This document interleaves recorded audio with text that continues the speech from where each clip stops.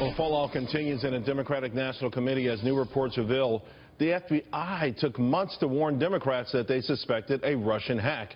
A host of DNC officials now stepping down amid this controversy. The cyber expert Tim Summers on if this could have been prevented.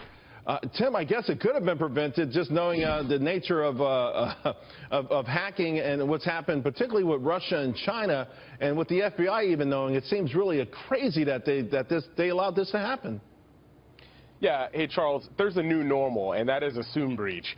And that's what the DNC is seeing right now, right? You know, we say that there's two types of organizations, those that know they've been hacked and those that don't, and the DNC had to learn the hard way. So the FBI looking into this, I remember when the premier of China came and he said, listen, we'll chill out for a little bit on imagine that. He had said, we'll cool out, we won't hack you guys for a little while. It was a diplomatic breakthrough. And so we know this stuff is going on. What does an organization like the DNC or Hillary Clinton's campaign, what should they have done to protect themselves better?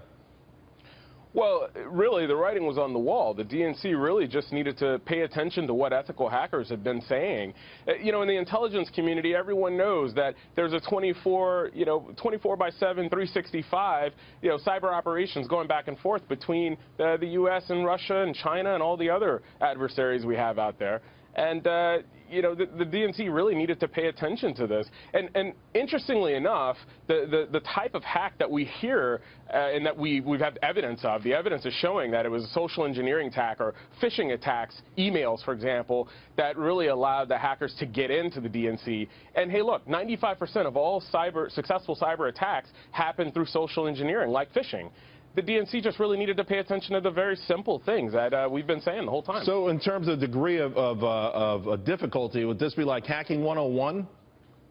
Hey, this is like very simple hacking. I mean, this is stuff that a 13-year-old could do from, from their basement. I mean, but of course, here we're talking about the first time in American history where we're actually seeing hackers, malicious hackers, play a role in trying to sway a presidential election.